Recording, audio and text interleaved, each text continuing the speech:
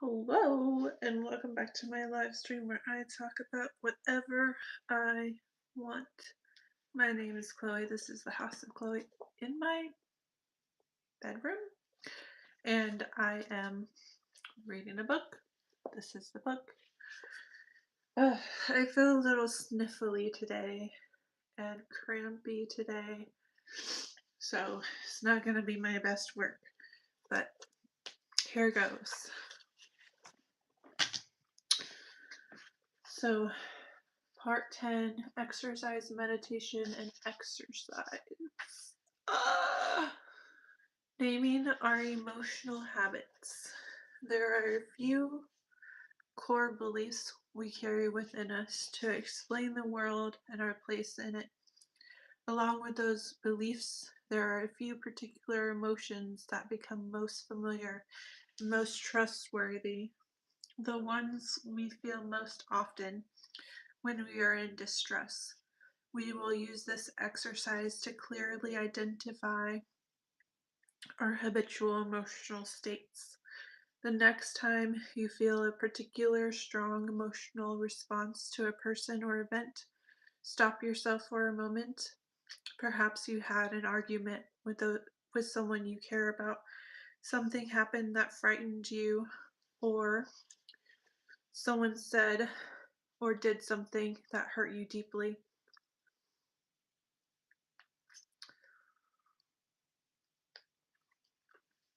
Notice the feelings that arise within you.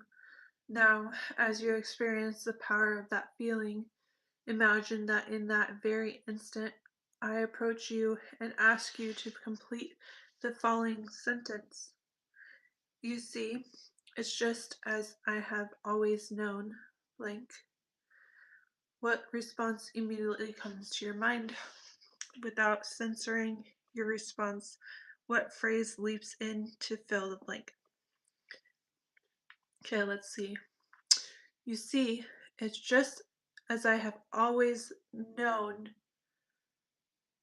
We're both mentally ill. Okay. Um, Almost everyone has a sentence or two that instantly explains why things go badly. That's I don't think I can say this word without it sounding really bad. Secondly describes our destiny.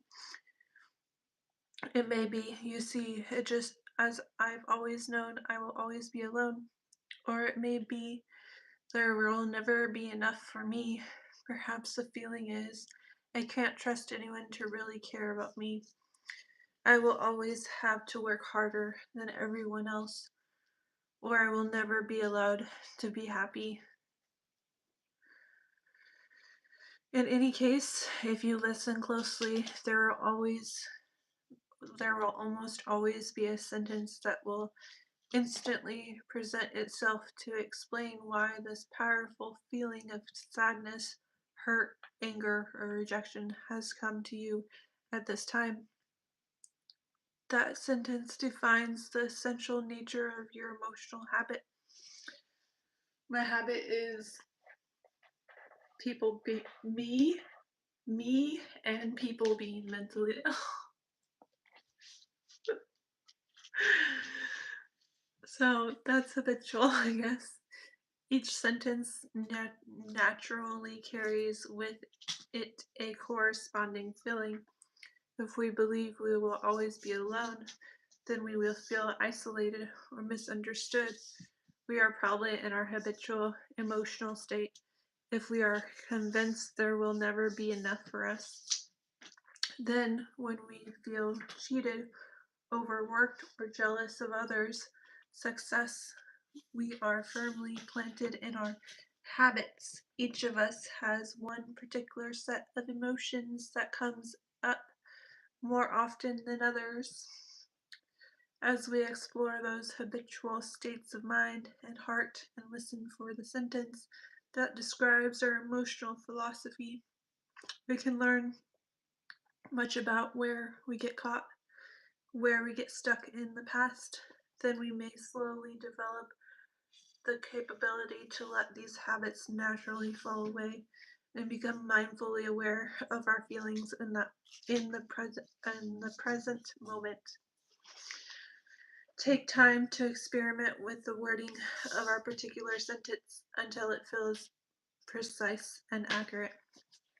Calvin, if you don't stop, I will put you in the mental hospital. The cat mental hospital. Good, stop. He listened. Then for a few days, each time you feel badly about something that happens to you, silently repeat the sentence to yourself. You see, it's just as I've always known. I'll never be happy, etc.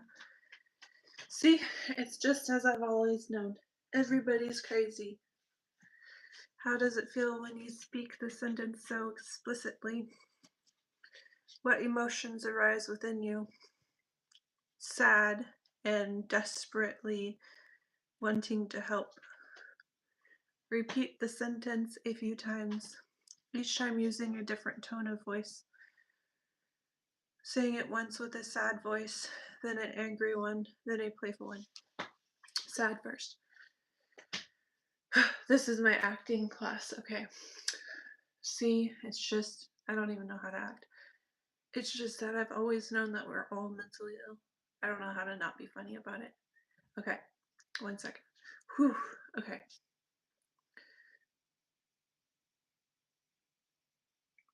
We're all mentally ill. No, that's not cute. Okay. I don't know how to be sad about something. Okay. Calvin, regulate your emotions. Get it together.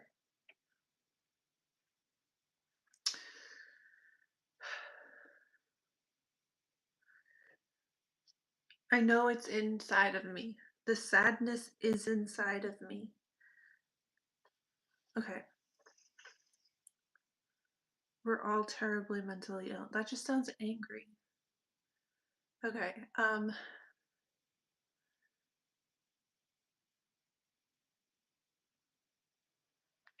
I'm mentally ill.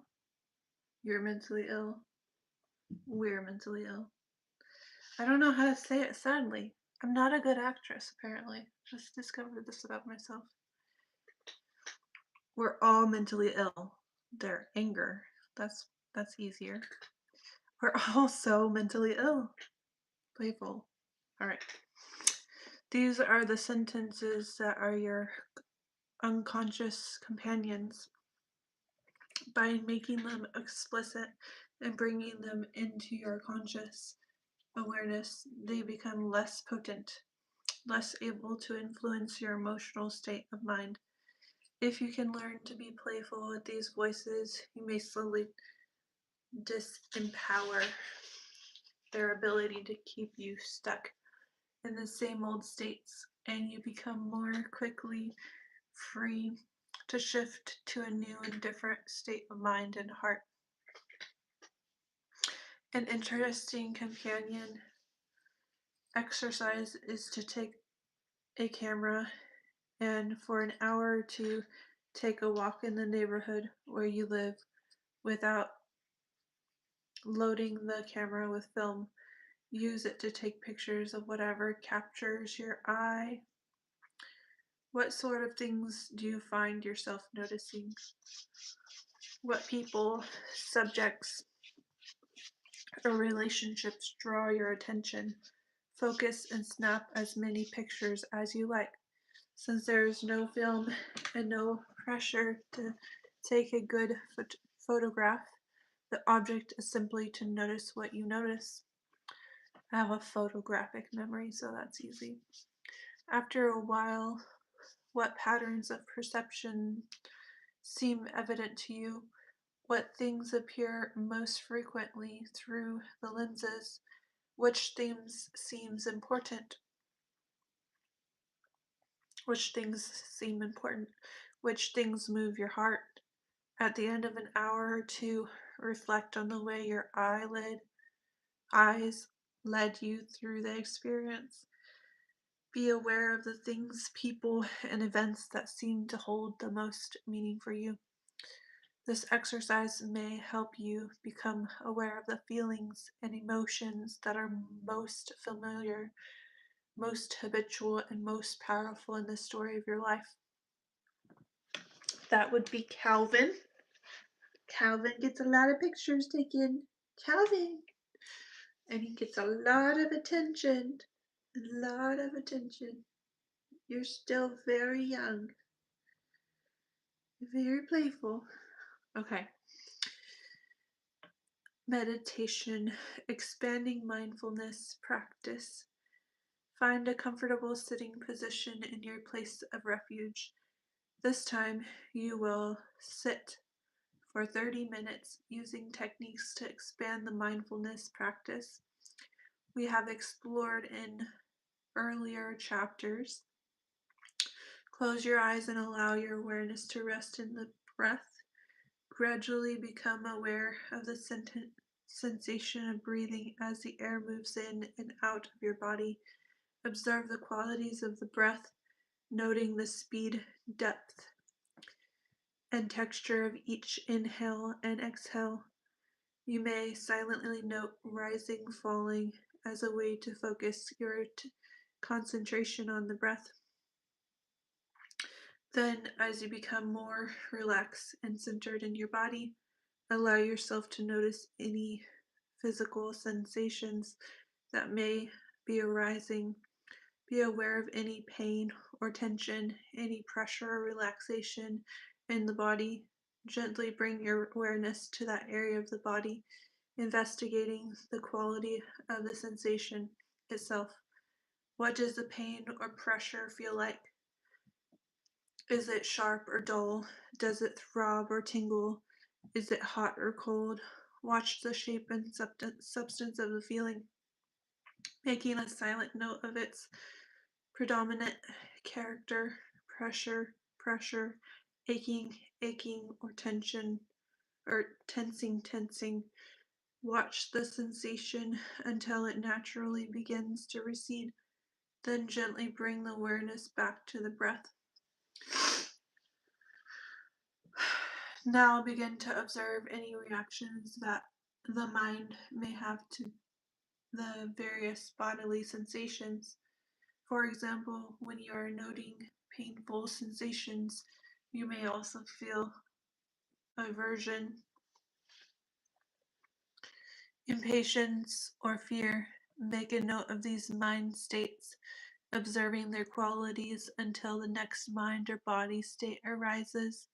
Sometimes you may experience pleasant sensations in the body, and there is a corresponding mind state of happiness or attachment. Make a note of these also. As various thoughts arise, you may similarly note thinking, and without following the thought, let it go and gently return to the breath. Be aware of any plans, worries, memories, or fantasies that are occurring as you sit quietly.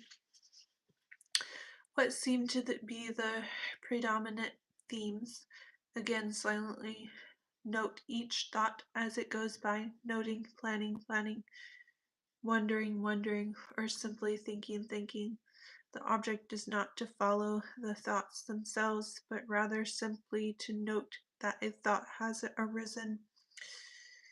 Then, after making a mental note of its presence, allow the thought to fade away. You can always think about it later on. For now, simply let it go and gently return to the breath. Lastly, you may scan your inner emotional landscape. What feelings do you notice that are present within you? Do you feel relaxed, impatient, or angry? Do you feel sad, tired, or peaceful? Without trying to change them, note which feelings seem the strongest. Choose one feeling and investigate it more thoroughly. If you are feeling sad, for example, what are the sensations that arise with sadness? Perhaps there is a warmth in the stomach or a tightness in the throat. Maybe there is an empty feeling or tension in some part of the body. Take as much time as you need to explore the feeling that has arisen and stay with that feeling until it passes. Even though we expect our feelings to stay for a long time, you may notice that most feelings actually pass in a moment or two, giving way to a different emotion. A moment of pride may dissolve into a moment of anger. A sense of sadness may dissolve into a moment of self-pity. A voice of judgment may give way to a voice of courage. If you watch your emotions for any length of time, you may see yourself experience a dozen different feeling states in rapid succession. Each voice pleads its case until it automatically melts into the next. The more you remain present and mindful of the emotions within your body and heart, the more you may see how fluid your feelings actually are. At the end of 30 minutes, you may open your eyes. It is the nature of feelings to change from one moment to moment. From moment to moment, if we feel sad, angry, or rejected for long periods of time, we are probably holding on to that feeling out of habit. As we practice mindful investigation of the sensations around our feelings, we may become more present and alive in this moment, allowing our feelings to change and evolve naturally. We may watch them arise and fall away without attachment, without holding on to them out of fear and habit. Exercise, developing daily wakefulness. This exercise lasts 1 month. At the beginning of each week, choose a simple regular activity of your life that you usually do unconsciously on automatic pilot. Resolve to make that particular activity a reminder, a place to wake up your mindfulness. For example, you might choose making tea, shaving, bathing, or perhaps the simple act of getting into the car. Resolve to pause for a couple of seconds before each time you begin the activity, then do it with a gentle and full attention, as if it were the heart of a meditation retreat for you. As you go through the week, try to bring a careful mindfulness to that act each time it arises in your life. Even the simplest acts can be powerful reminders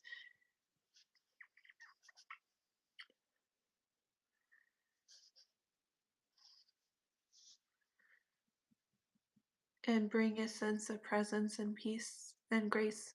If you choose the opening of doors throughout the day, you can open each door as if Jesus or the Buddha were to pass through with you. If you choose the act of making tea or coffee, you can do it as if it were a gracious Japanese tea ceremony. At the end of the week, add another activity until by the end of the month, you have included 4 new areas of your life into daily mindfulness. Then, if you wish, continue this exercise for a second and third month. Bring the power of attention into more and more of each day. Special thanks to Jack Hornfield and Joseph Goldstein for this exercise. Alright, next part of the book is going to be 11, Isolation and Intimacy. Should be a good one.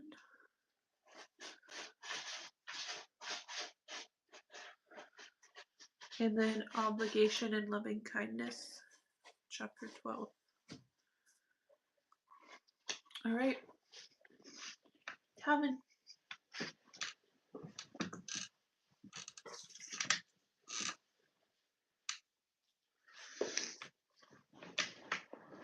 That's all I have. Let's read the comments. You're an avid reader. What other books do you read? I'm gonna read hopefully Bridgerton, but I don't know if I'm gonna do it online or not.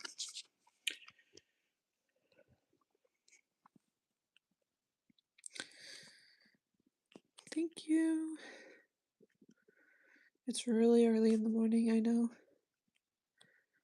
My van is cold, that's what happened to it. It's just being really cold. I'm more warm in here.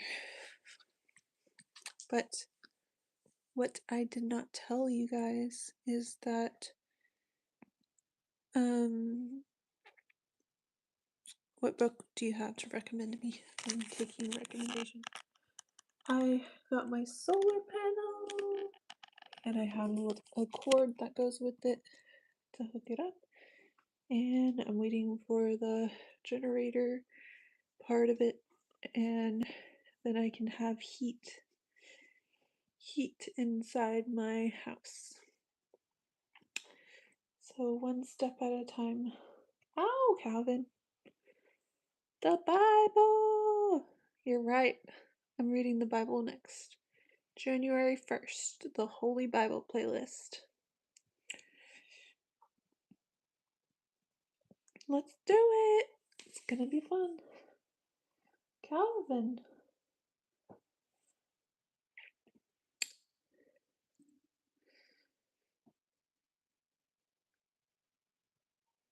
Calvin's biting my feet. Not a nice cat at all.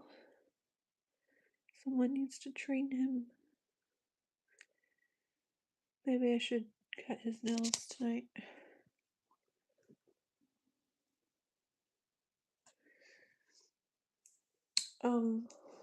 Calvin, stop attacking the cat. See, I told you. I got it on camera. On the internet, Calvin. Everyone can see you. Everyone can see what you did to me. You're just so cute, though.